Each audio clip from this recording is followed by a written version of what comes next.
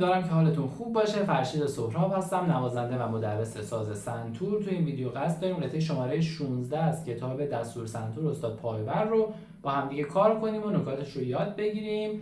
قبل از هر چیز ممنون میشم که کانال یوتیوب من رو سابسکرایب کنید، این پست رو لایک کنید، سوالات و نظراتتون رو کامنت کنید و این پست رو با دوستاتون به اشتراک بذارید. لینک دونیت همین پایین هست. شما میتونید با حمایت کردن من به من انرژی و انگیزه بیشتری بدید که ویدیوهای بهتر و با کیفیت‌تری رو براتون تولید کنم.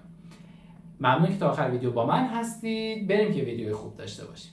خب این قطعه شماره 16 2/4 پایینم توضیحش رو نوشته که این قطعه به اسم در قفس اثر استاد صبا هست که حالا اینجا ساده شده، یه مقدار پرتر و با نوت‌های دولاچنگ توی کتاب شیوه سنتور نوازی هم این قطعه اومده که اونو من درس دادم. میتونید تو پلیلیست آموزش کتاب شیوه سنتور نوازی اون رو پیداش بکنید، البته به شرط اینکه نوت‌های دولاچنگ رو کار کرده باشید. اینجا ساده شده و همه نوت‌هایی که توش می‌بینید نوت چنگ هست و خب برای کسایی که مبتدی‌تر هستن قطعا ساده‌تره. بریم شروع کنیم. این قطعه رو که میخواید تمرین بکنید هر 7 میزانش رو یه جمله در نظر میگیریم. حالا البته یه جایی ممکنه تغییر کنه ولی خب حالا با هم دیگه پیش میریم، اگر تغییر کرد بهتون میگم. شروعش 7 میزان اول نوتاشو میخونیم. نوتامون هست ر ر ر دو دو دو سی سی سی سل سل سل ر ر ر ر دو سی دو ر فا ر. همه نوتایی که اینجا میبینیم نوت چنگه، شمارشمون به صورت 1 و 2 و میشه و خب اون سکوتا رو هم دقت بکنید دیگه، طبق همون شمارشی که کتاب نوشته جایی که سکوت چنگ داریم به اندازه نیم ضرب باید مکس بکنیم. اجراش میکنیم روی ساز. ر ر ر دو دو دو سی سی سی سل سل سل ر ر ر ر دو سی دو ر فا ر. میشماریمش 1 و 2 و 1 و 2 و 1 و 2 و 1 و 2 و 1 و 2 و 1 و 2 و 1 و 2 و 1 و 2 و. البته من چیزی که الان دارم براتون میشمارم یه مقدار سرعتش بالاتر از سرعتیه که خود کتاب مشخص کرده. حالا بعد با مترونوم هم میزنیم که اون سرعت اصلیش هم متوجه بشید که چیه. خب میریم قسمت بعد که شروعش دقیقاً مثل جمله قبله، از میزان دوم توی خط سوم. 7 میزان میریم جلو. ر ر ر دو دو دو سی سی سی سل سل سل سی لا سی ر دو سی سل. اجراش میکنیم.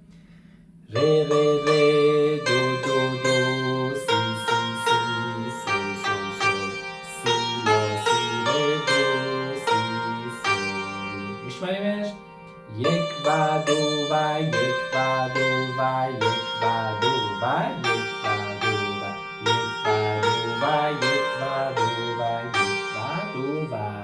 بسیار عالی. این قسمت یه عبارت کامل شکل میگیره. پس یه دور من براتون از اول تا اینجا میزنم.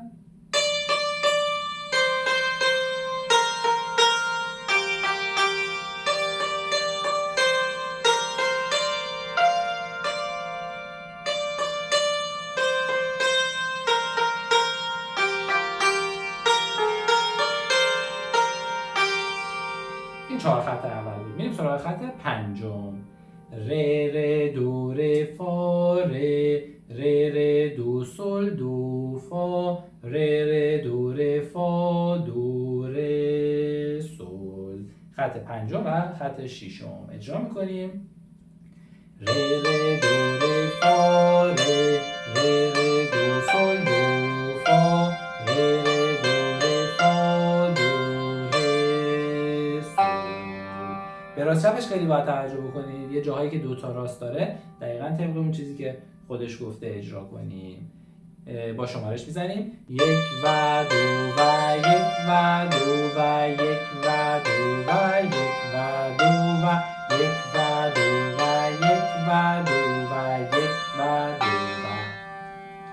خب این قسمت رو که زدیم، خب همونطور که نوشته توی اون قسمت ولت 1 نوشته دفعه اول.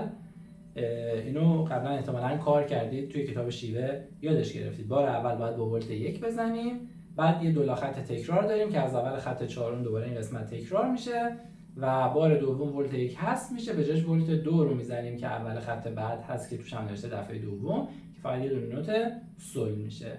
بعد از اون قسمت نوتامون میشه سل سل سل، ره ره فا، دو دو می، می می ره، لا سل فا می ره، دو سی دو ره سل. این 7 میزان رو اجرا میکنیم. سل سل سل، ره ره فا، دو دو می، می می ره، لا سل فا می ره، دو سی دو ره سل. شمارشش که خیلی ساده است، حواستون به فای 9 باشه، فایی که بالاش 9 داره خرک نهم سیمای سفید باید اجرا بشه. یک و دو و یک و دو و یک و دو و یک و دو و یک و دو و یک و دو و یک و دو و قسمت آخر 7 میزان آخر سل سل می ره ره دو، سی سی سی، لا لا سل، لا سل لا دو سی لا سل. اجراش میکنیم. سل سل می ره ره دو، سی سی سی، لا لا سل، لا سل لا دو سی لا سل. و شمارشش یک و دو و یک و دو و یک و دو و یک و دو و یک و دو و یک و دو و میریم با مترونوم یه دور از اول تا آخر اجراش کنیم با سرعتی که خود استاد پایور مشخص کردن، سرعت 66 و 2 ضربی.